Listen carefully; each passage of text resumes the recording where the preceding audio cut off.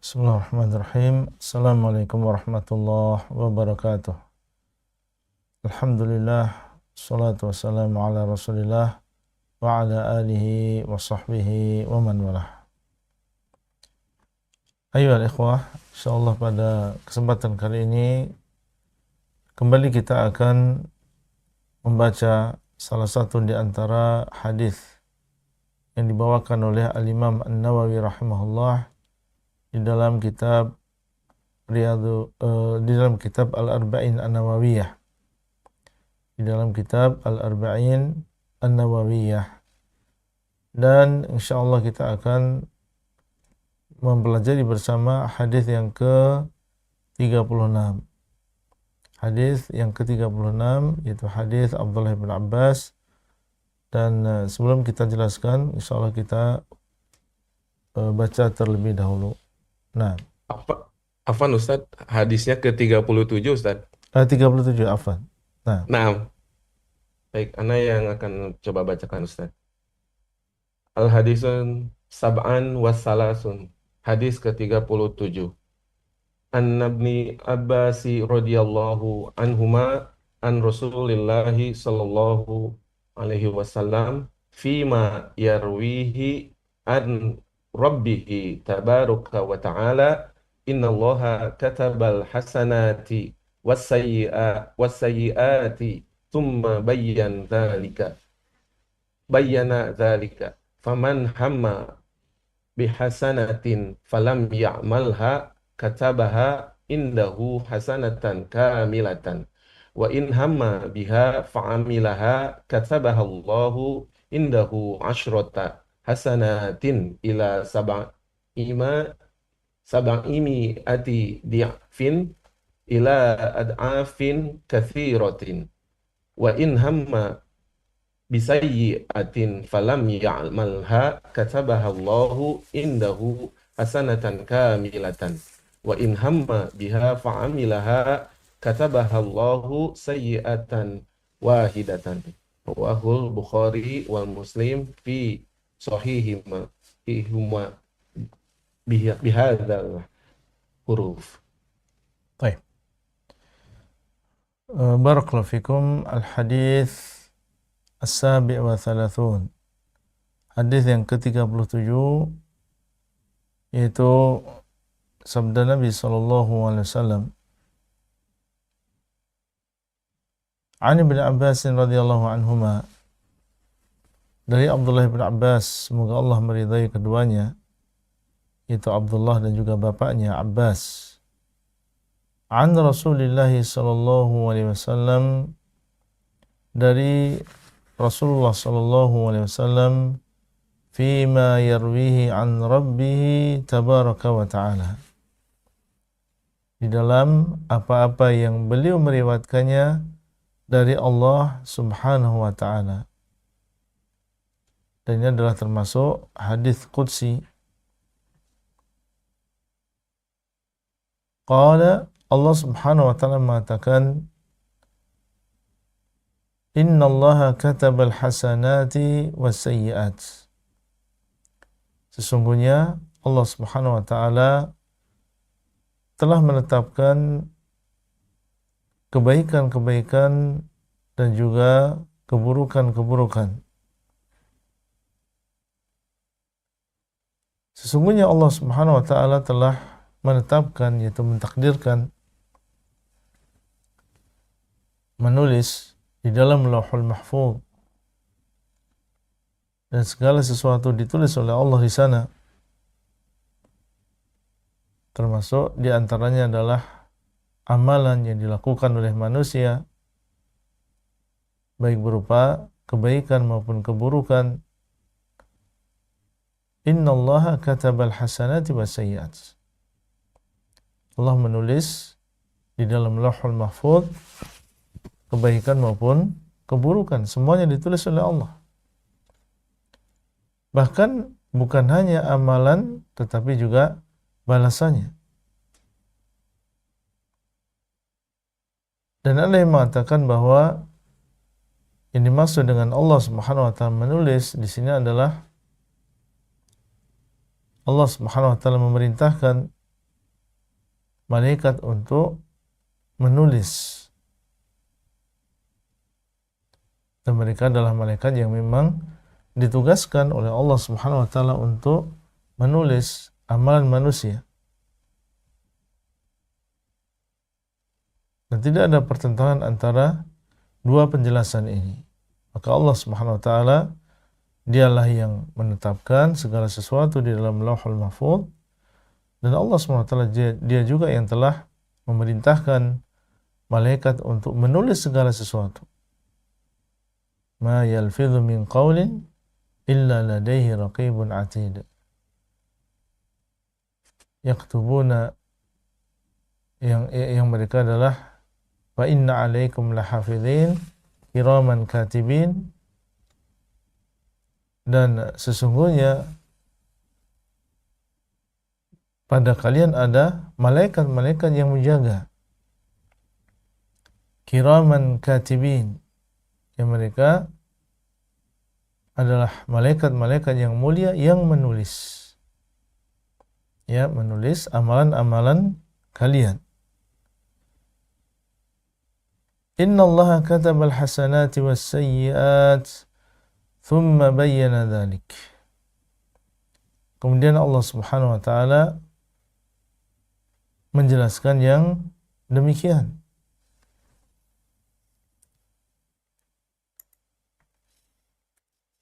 Yaitu memperinci, menjelaskan yang demikian, yaitu memperinci bagaimana ditulisnya amal soleh dan juga kejelekan. Dan di dalam hadis ini nanti kita akan melihat bagaimana Allah Subhanahu wa taala dialah yang banyak memberikan kepada hamba-hambanya, dan dialah yang maha adil, yang luas karunia-Nya, dan dialah yang memiliki keadilan yang sempurna. Beliau mengatakan di dalam hadis qudsi ini, dan hadis qudsi adalah ucapan Allah Subhanahu wa taala, akan tapi dia berbeda dengan Al-Qur'an. Kalau Al-Qur'an, maka inilah yang kita diperintahkan untuk membacanya setelah Al-Fatihah. Adapun Al-Hadithul Qudsi, meskipun dia adalah ucapan Allah Subhanahu wa taala, tetapi dia tidak seperti Al-Qur'an. Thumma bayyana dzalik. Kemudian Allah Subhanahu wa taala menjelaskan yang demikian. Faman hamma bihasanatin. Bagaimana penjelasannya? Bagaimana perinciannya? Barang siapa yang memiliki ham. Ham di sini maksudnya adalah keinginan yang kuat untuk melakukan sebuah kebaikan. Ya, di dalam hatinya ada keinginan yang kuat untuk melakukan sebuah kebaikan, ingin berinfak, ingin umrah, ingin haji, ingin melakukan sholat misalnya, ada di dalam dirinya ham, yaitu tekad yang kuat untuk melakukan yang demikian. Falam ya'malha, ternyata dia tidak melakukan yang demikian, padahal sudah punya tekad. Tapi qadarullah dia tidak bisa melakukan. Dia sudah berusaha, sudah menempuh apa yang dia bisa, ternyata dia tidak bisa melakukan yang demikian. Seperti misalnya orang yang dia berniat untuk melakukan umrah, dan dia punya tekad yang kuat untuk melakukan umrah, cuma qadarullah, Allah SWT belum memberikan kemampuan pada orang tadi. Maka katabahallahu indahu hasanatan kamilah. Maka Allah Subhanahu wa taala akan menulis di sisinya, akan menulis keinginan tersebut di sisi Allah sebagai sebuah kebaikan yang sempurna. Maksudnya adalah tidak berkurang sama sekali. Allah SWT akan memberikan pahala yang penuh bagi orang tadi.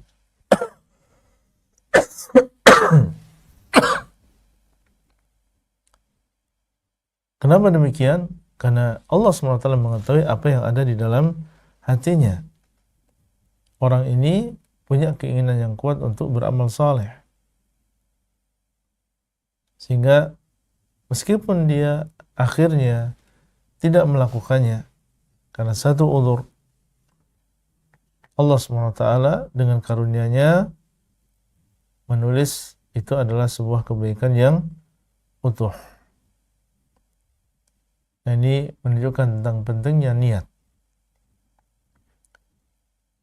Seseorang dengan niat yang kuat yang ada di dalam hatinya, maka dia bisa mendapatkan pahala yang besar sebagaimana orang yang melakukannya meskipun dia sendiri qadar Allah tidak bisa melakukan. Ini pentingnya kita mengolah niat kita. Seorang berkeinginan kuat, dan seandainya dia punya harta, maka dia akan membantu orang yang miskin misalnya. Dia punya tekad, seandainya dia punya uang, dia akan sisihkan sebagian hartanya untuk orang miskin. Maka seandainya qadar Allah dia tidak mampu, ya, dan dia jatuh miskin misalnya sehingga tidak bisa berinfak sesuai dengan cita-cita dia tetap mendapatkan pahalanya meskipun dia tidak jadi untuk berinfak. Dan ini menunjukkan tentang pentingnya niat. Dengan niat seseorang bisa mendapatkan pahala yang besar. Kemudian beliau sallallahu alaihi wasallam atau Allah Subhanahu wa taala di sini mengatakan, wa in hamma biha fa'amilaha. Kalau dia punya keinginan yang kuat, kemudian dia melakukan yang demikian, melaksanakan sebagaimana yang dia tekadkan sebelumnya, dia bertekad untuk umrah, kemudian dia melakukannya, katabahallahu indahu 10 hasanatin ila 700 dhi'fin. Maka Allah Subhanahu wa taala akan menulisnya 10 kebaikan. Orang yang mengamalkan sebuah kebaikan, Allah akan menulisnya menjadi 10 kebaikan. Tadi orang yang sudah niat gak jadi, maka Allah SWT berikan dia pahala yang utuh. Orang yang, apalagi orang yang niat kemudian dia melakukannya, maka Allah mengatakan katabahallahu indahu 10 hasanat. Maka Allah SWT akan menulis untuknya 10 kebaikan, dilipat gandakan menjadi 10 kebaikan. Jadi seandainya dia ikhlas dalam menginfakkan 5 juta, maka dihitung di sisi Allah SWT sebagai 50 juta, itu minimal. Ya, 5 juta menjadi 50 juta, itu minimal.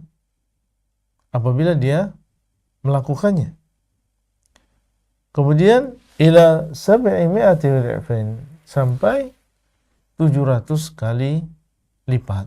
Subhanallah. Seandainya tadi 5 juta dilipat gandakan menjadi 10 kali, jadilah 50 juta. Lalu bagaimana seandainya Allah SWT dengan rahmatnya, karunia-Nya melipat gandakan pahala seseorang sampai 700 kali? Ya, 700 dikali 5 juta. Berarti udah 3 miliar lebih. Ya, 3,5 miliar.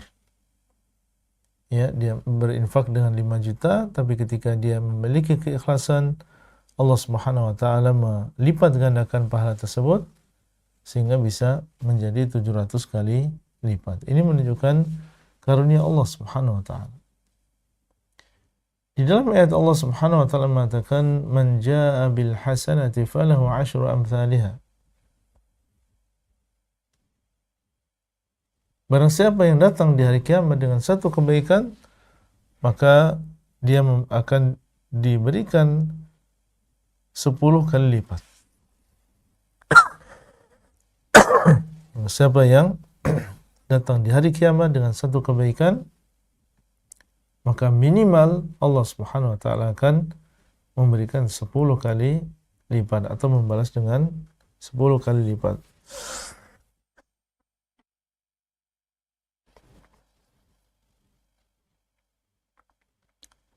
Kemudian ila ad'afin katsirah, sampai kelipatan yang banyak.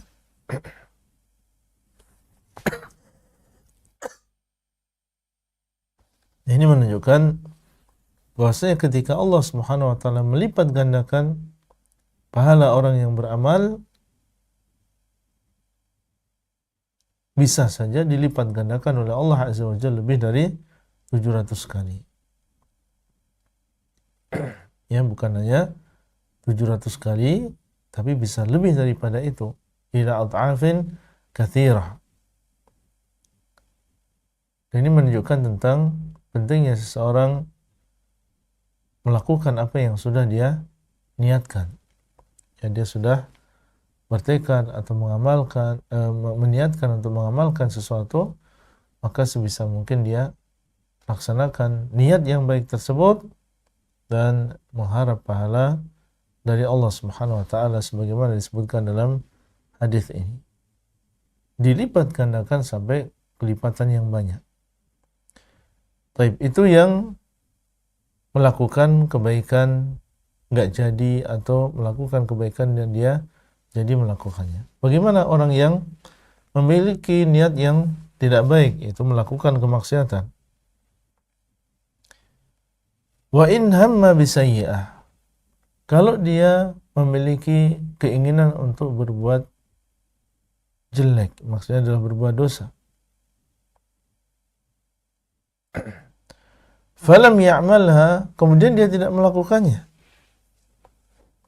Maksudnya adalah tidak melakukannya karena Allah. Ya, dia sebelumnya punya keinginan untuk melakukan kemaksiatan, kemudian ketika dia akan melakukan, timbul di dalam dirinya rasa takut kepada Allah Subhanahu wa taala. Apa yang Allah Subhanahu wa taala berikan? Katabahullahu 'indahu hasanatan kamilah, maka Allah Subhanahu wa taala akan menulis untuknya kebaikan yang sempurna. Dia sebenarnya punya keinginan jelek, berbuat dosa, tetapi dia tinggalkan karena takut kepada Allah Subhanahu wa taala, maka Allah pun akan memberikan pahala kepada orang tersebut. Ini menunjukkan bahwasanya orang yang meninggalkan sesuatu yang diharamkan karena Allah, maka dia akan mendapatkan pahala dari Allah Subhanahu wa taala. Dan sebaliknya, ada orang yang dia meninggalkan sesuatu yang diharamkan akan tetapi bukan karena Allah, tapi karena kesehatan misalnya. Ya, untuk menjaga kesehatan. Ya, dia tidak mau terkena penyakit. Ya, tidak mau berzina karena khawatir terkena penyakit. Dia tidak mau minum minuman keras karena khawatir rusak badannya, bisa. Maka orang yang demikian, kalau niatnya hanya seperti itu, dia tidak mendapatkan pahala. Ya, kapan dia mendapatkan pahala? Ketika dia meninggalkan itu semua karena Allah Azza wa Jalla. Wa in hamma biha fa'amilaha. Kalau dia punya keinginan untuk melakukan kejelekan tadi,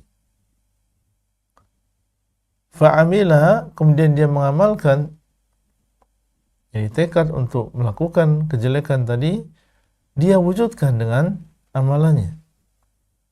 Maka katabahallahu sayyi'atan wahidah, Allah Subhanahu wa taala akan menulis itu sebagai satu kejelekan saja. Artinya Allah tidak akan melipat gandakan. Berbeda dengan amal soleh yang dilakukan oleh seorang hamba, maka dilipat gandakan oleh Allah Subhanahu wa taala. Adapun kejelekan, maka hanya Allah Subhanahu wa taala tulis satu saja. Jadi menunjukkan tentang keadilan Allah. Di dalam sebuah hadis, itu hadis Abu Hurairah, Nabi sallallahu alaihi wasallam mengatakan, "Idza arada 'abdi ay ya'mala sayyi'atan fala taktubuha hatta ya'malaha." Ini tentunya adalah ucapan Allah Subhanahu wa taala. Apabila hambaku menginginkan untuk melakukan kemaksiatan, maka janganlah kalian tulis sampai dia mengamalkan amalan tersebut. Wa in 'amilaha faktubuha sayyi'atan wahidah. Kalau dia melakukannya, itu melakukan kemaksiatan tadi, maka tulislah satu kejelekan saja, tidak dilipat gandakan. Wa in tarakaha min ajli faktubuha hasanah. Kalau dia meninggalkan kemaksiatan tersebut karena sebab diriku, yaitu karena takut kepada Allah, maka tulislah itu sebagai sebuah kebaikan.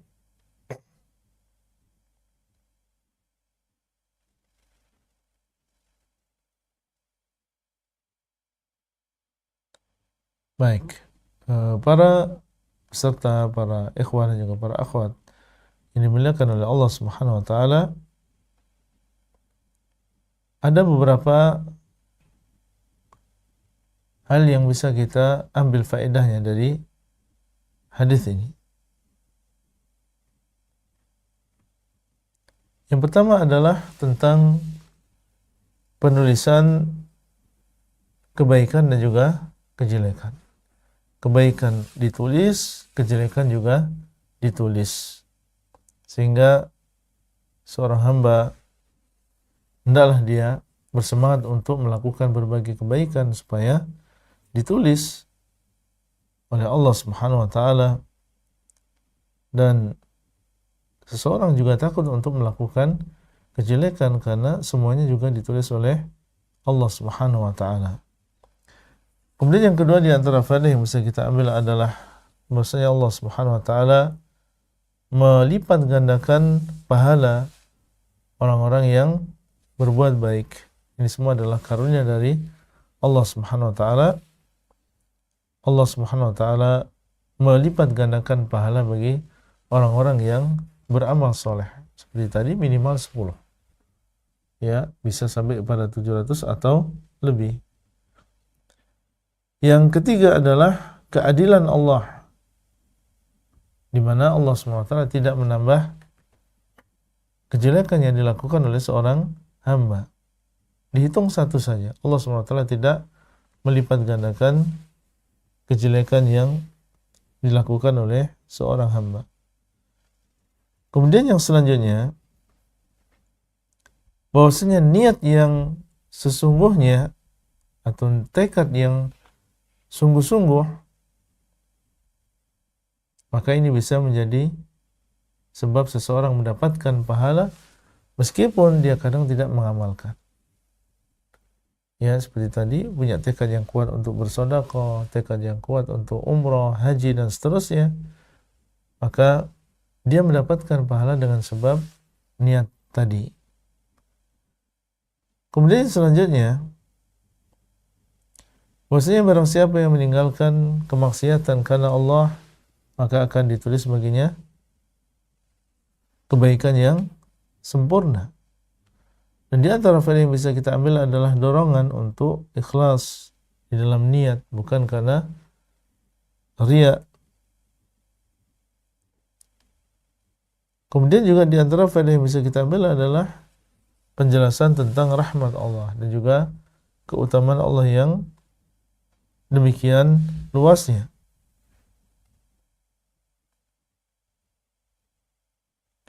Demikian pula di antara faedah yang bisa kita ambil bahwa tidak ada di sana alasan bagi orang yang berbuat maksiat. Tidak ada alasan berhujah dengan takdir untuk membela kemaksiatannya. Karena Allah SWT dialah yang telah memberikan kepada manusia kudrah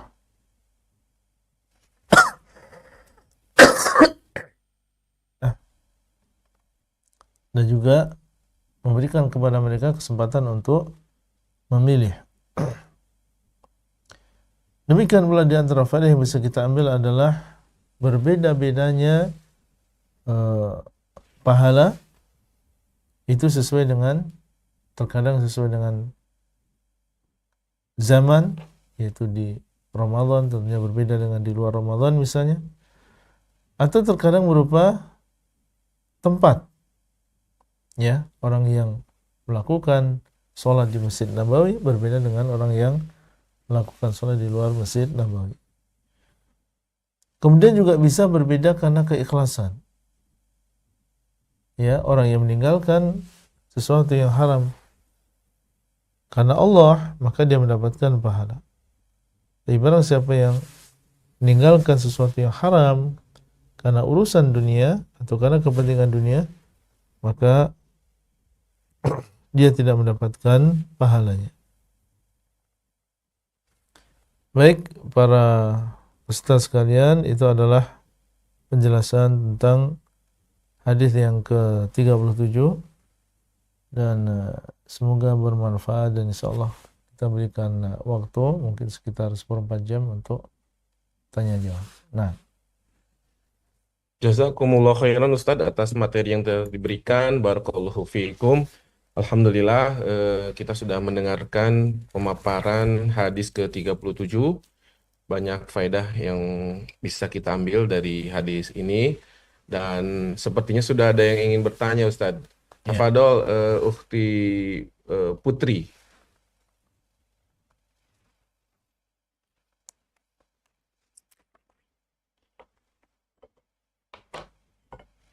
Ukhti Putri. Bismillah, Assalamualaikum warahmatullahi wabarakatuh. Assalamualaikum warahmatullahi wabarakatuh.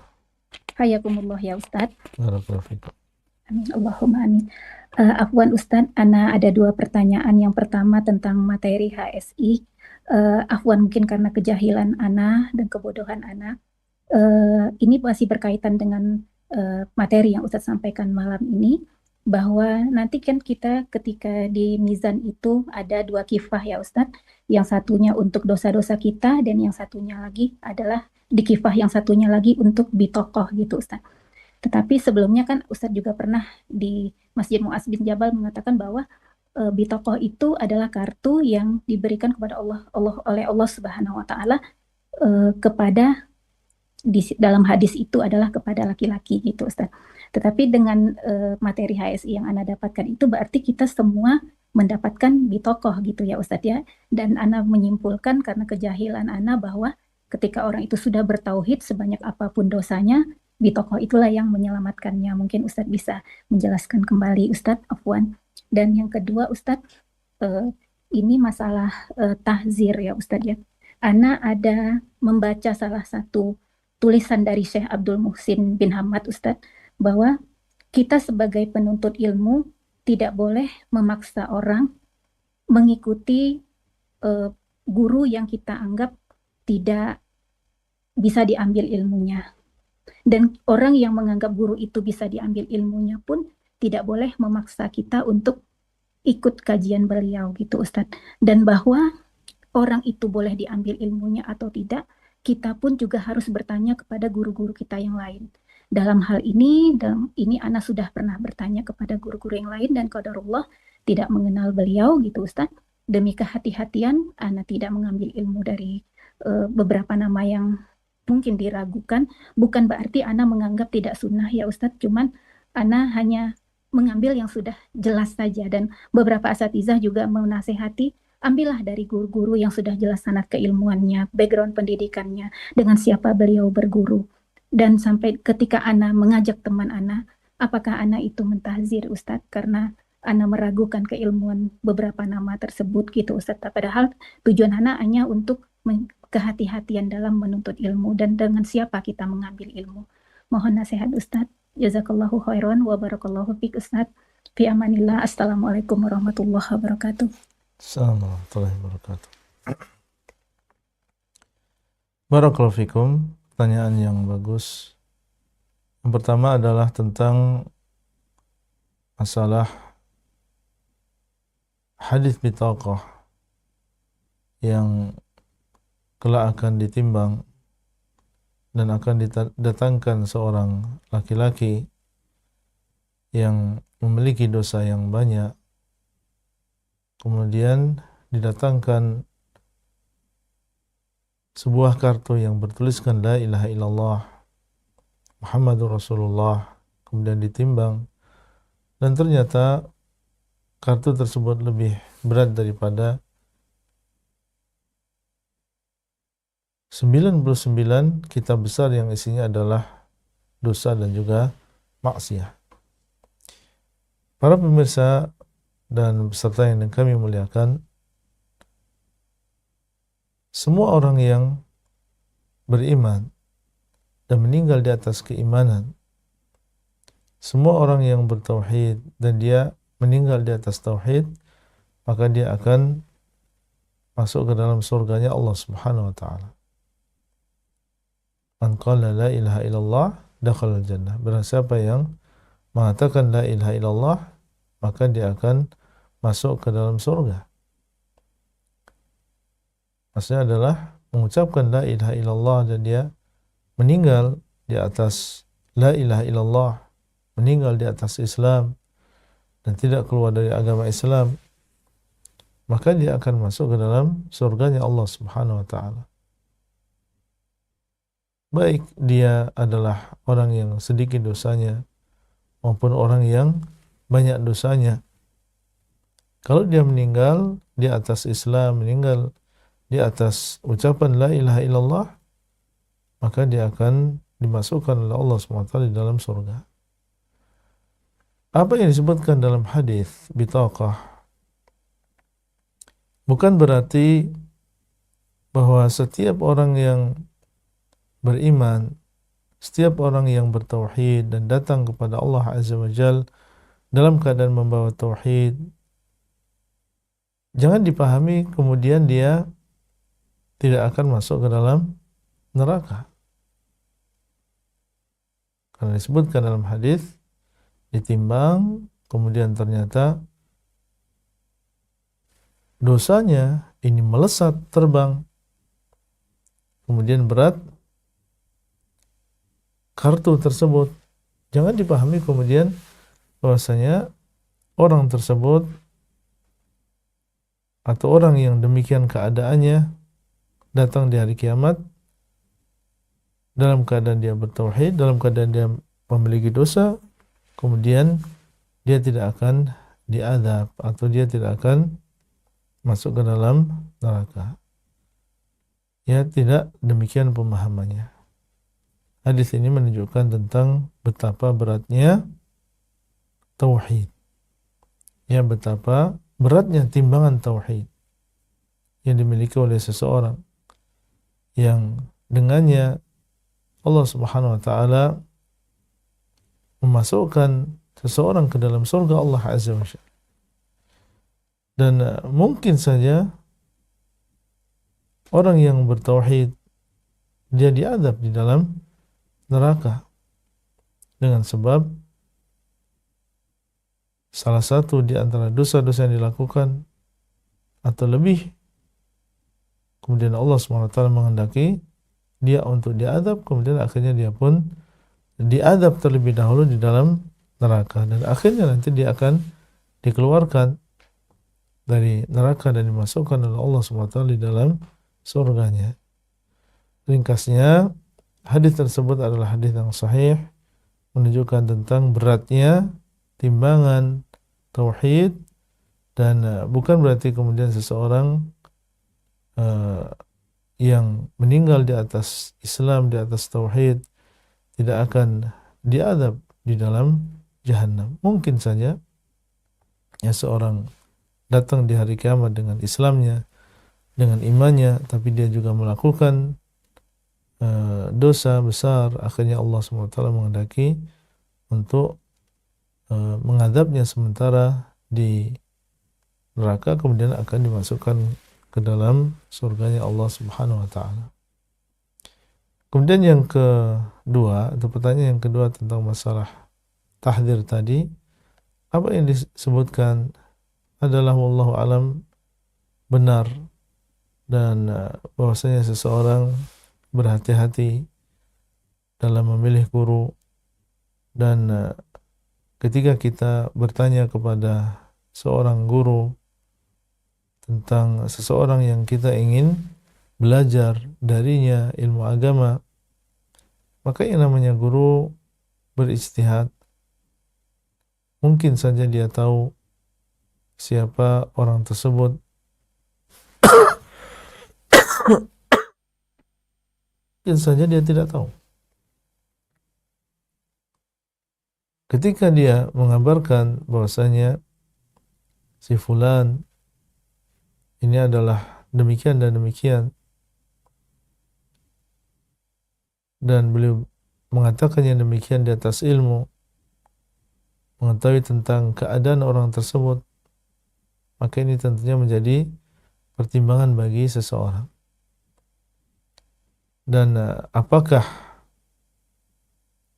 kemudian ucapan beliau bisa diterima mentah-mentah? Tentunya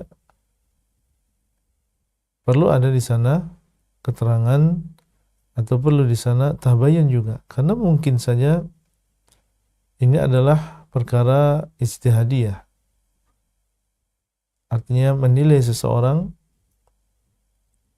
itu merupakan perkara ijtihadi. Mungkin seorang ulama dia mengatakan A, sementara ulama yang lain mengatakan B, dan ini banyak kita lihat di dalam buku-buku yang di dalamnya ada biografi, atau buku-buku yang di situ dinukil ucapan-ucapan para ulama tentang fulan dan fulan, apakah dia thiqah atau dia dhaif, dan lain-lain. Terkadang terjadi perbedaan pendapat di antara mereka. Ada yang mengatakan ini adalah soduk, ada yang mengatakan ini adalah dhaif, lemah.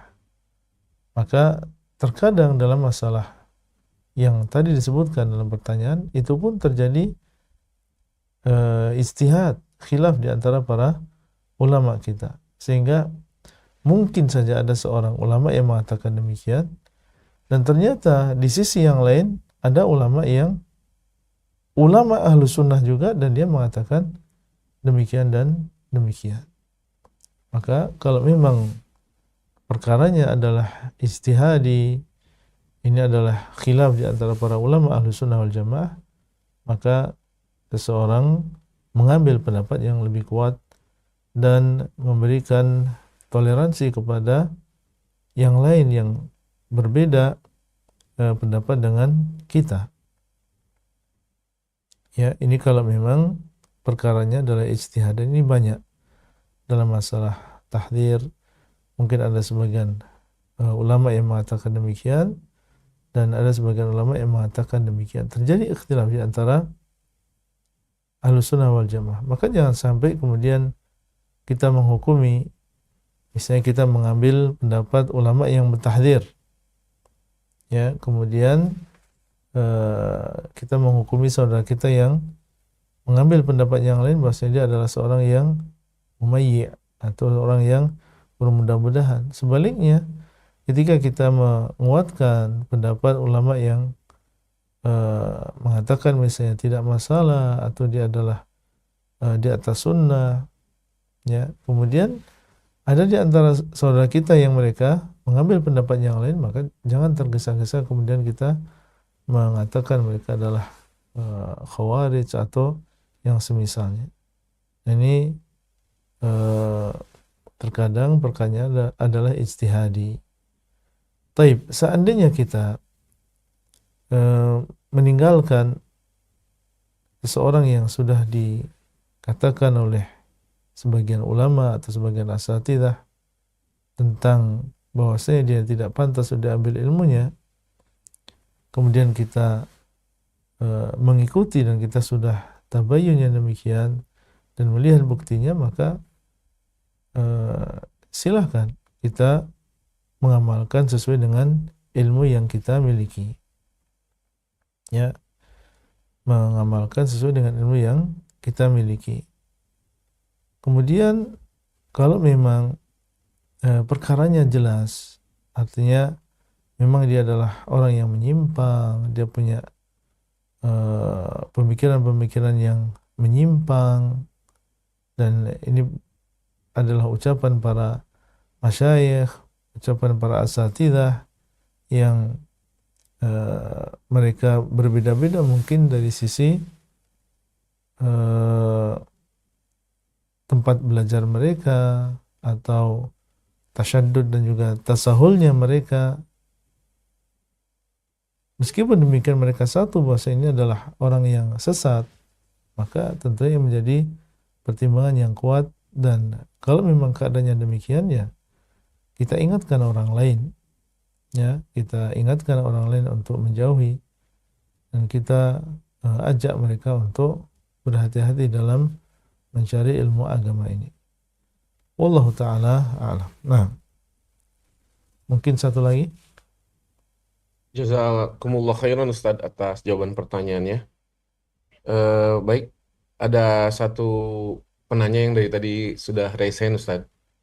Fadol Ukhti Rini Susanti. Baik, jazakallah khair. Oke. Bismillahirrahmanirrahim. Assalamualaikum warahmatullahi wabarakatuh, Ustaz. Assalamualaikum warahmatullahi wabarakatuh. Assalamualaikum ilaikum, Ustaz. Baik. Jazakallah khair, Ustaz. Ustaz, saya ada dua pertanyaan. Yang pertama, saya membaca di buku Imam At-Tirmizi yang berjudul Nawadir Al-Usul, hadis qudsi yang berbunyi Bismillahirrahmanirrahim. La ajma'u ala abdi khawfaini wa la ajma'u lahu amnaini. Faman khawfani fid dunya ammanatuhu fil akhirah. Wa man ammanani fid dunya akhaftuhu fil akhirah. Mohon izin koreksi kalau salah, Ustaz. Allah berfirman bahwa aku tidak mengumpulkan dua rasa takut dan dua rasa aman dalam diri seorang hamba.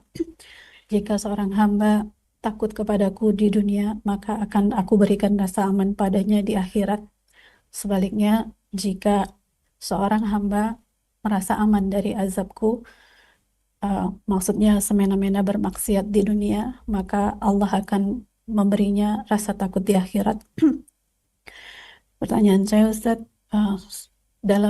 sebagai seorang Muslim, kita interaksi kepada Allah Subhanahu Wa Taala kan ada 3 komponen ya, Ustadz, yaitu khauf atau rasa takut, kemudian juga roja atau harapan, dan satu lagi adalah mahabbah atau rasa cinta.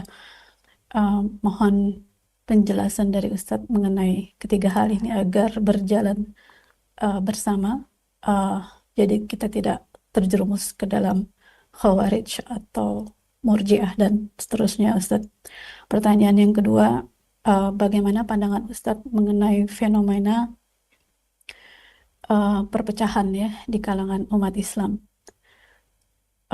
Terkadang bukan warabbaka fakabbir, bukan nama Allah yang diagungkan, tapi lebih mengedepankan diri sendiri, merasa mungkin ana khairum minkum, aku lebih baik darimu, atau mungkin motivasi hasad, atau mungkin saya tidak tahu walau alam bisawab, sehingga ukhuwahnya tidak dikedepankan, lebih mencari kepada kekurangan.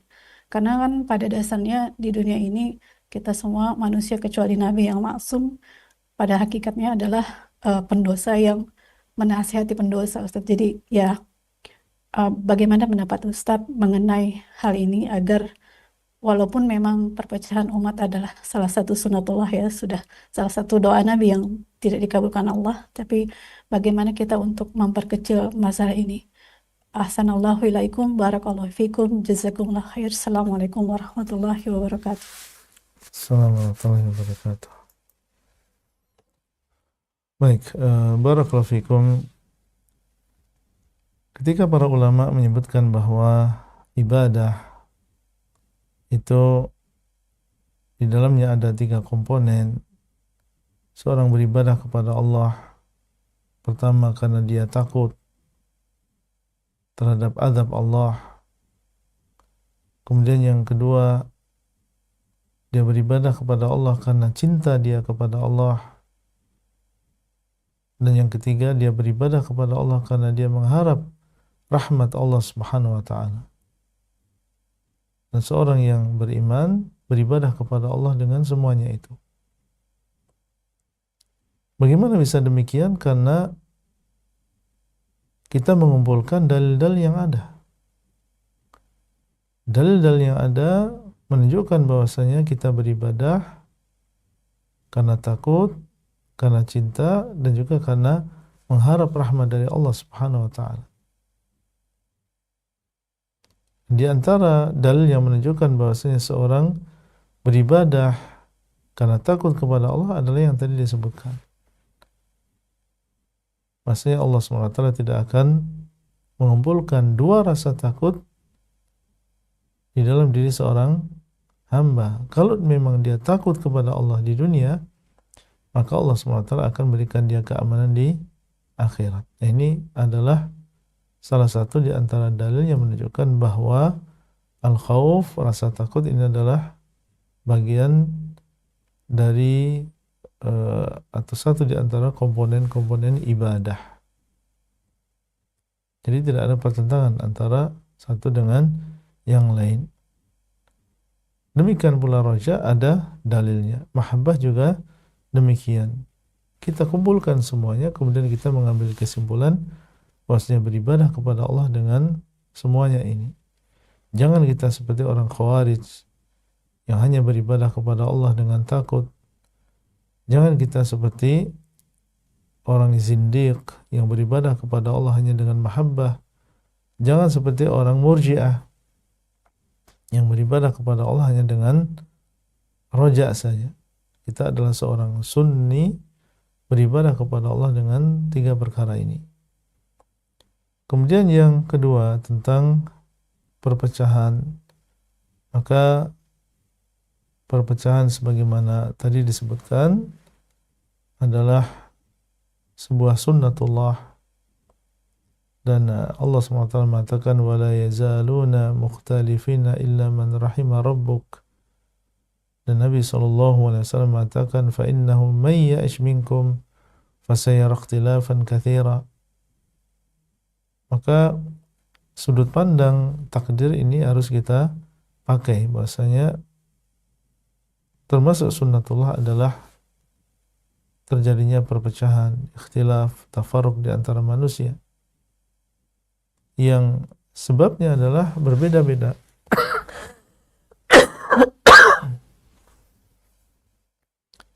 Di antara sebabnya adalah yang pertama, kurangnya ilmu, sehingga menyebabkan perpecahan. Karena kurangnya ilmu, adanya kejahilan, tidak tahu tentang yang hak dari sebuah permasalahan, akhirnya terjadilah perpecahan di antara manusia. Atau yang kedua adalah kurangnya mengamalkan. Mungkin dia adalah seorang yang berilmu, sudah belajar, tapi dia tidak mengamalkan atau kurang mengamalkan apa yang dia pelajari. Mungkin dia lupa, atau mungkin dia tahu dan ingat, akan tapi dia tidak mengamalkan apa yang sudah dia pelajari. Sehingga yang terjadi adalah perpecahan atau saling menzalimi satu dengan yang lain. Dan yang namanya kebenaran, ya dia tetap sebuah kebenaran. Kekurangan di sini adalah pada orang-orang yang berusaha untuk mengikuti kebenaran tersebut. Dan kita kembali kepada ucapan Nabi SAW, فَإِنَّهُ مَنْ يَعِشْ مِنْكُمْ فَسَيَرَى اخْتِلَافًا كَثِيرًا فَعَلَيْكُمْ بِسُنَّتِي. Kalau kalian melihat perselisihan yang banyak, perpecahan, maka hendaklah kalian berpegang teguh dengan sunnahku, sunnatil khulafa'ir rasyidin al-mahdiyyin, dan sunnahnya para khulafa ar-rasyidin yang mereka mendapatkan petunjuk. Addu 'alaiha bin nawajid, hendaklah kalian gigit sunnahku tersebut dengan gigi geram kalian. Wa iyyakum wa muhdatsatil umur, dan hati-hati kalian dengan perkara-perkara yang diada-adakan. Seorang muslim ketika terjadi perselisihan seperti ini, dia berusaha untuk kembali kepada sunnah dan berdoa kepada Allah Azza wa Jalla, sebagaimana kita diajarkan untuk membaca doa iftitah ketika salat malam. Allahumma rabba Jibril wa Mikail wa Israfil fatira samawati wal ard alimal ghaibi wa syahadah anta tahkumu baina ibadika fima kanu fihi yakhtalifun ihdini lima ikhtalifa fihi minal haqqi bi'idhnik innaka tahdi man tasha'u ila siratim mustaqim. Wahai Rabb Jibril, Mikail, Israfil yang telah menciptakan langit dan juga bumi, yang mengetahui yang gaib maupun yang kelihatan, Engkaulah yang memberikan, menghukumi di antara hamba-hambamu di dalam apa yang mereka perselisihkan. Ihdini, maka berikanlah petunjuk kepadaku di dalam apa yang mereka berselisih di dalamnya, bi'idhnik, dengan izinmu ya Allah. Meminta kepada Allah SWT petunjuk di dalam perselisihan manusia. Kembali kepada sunnah, kembali kepada agama ini, dan berdoa kepada Allah Azza wa Jalla semoga diberikan petunjuk di dalam apa yang diperselisihkan oleh manusia. Demikian keadaan seseorang sampai dia bertemu dengan Allah Subhanahu wa taala.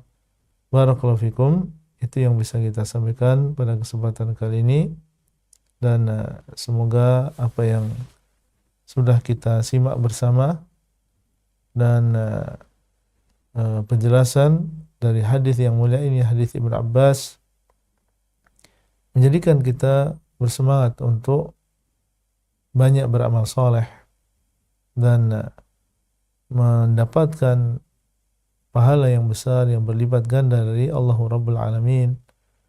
Dan semoga kita juga termasuk orang yang menjauhi apa yang dilarang oleh Allah Subhanahu wa taala dan menghindarkan diri kita dari seluruh apa yang diharamkan oleh Allah Subhanahu wa taala, dan khawatir dengan azab Allah Azza wa Jalla yang Allah Subhanahu wa taala sediakan bagi orang-orang yang melakukan kejelekan. Demikian, semoga bermanfaat. Barakallahu fikum. Dan sampai bertemu kembali insyaallah pada kesempatan yang akan datang. Wassallallahu ala nabiyyina Muhammadin wa ala alihi wa sahbihi ajma'in. Wassalamualaikum warahmatullahi wabarakatuh. Waalaikumsalam warahmatullahi wabarakatuh.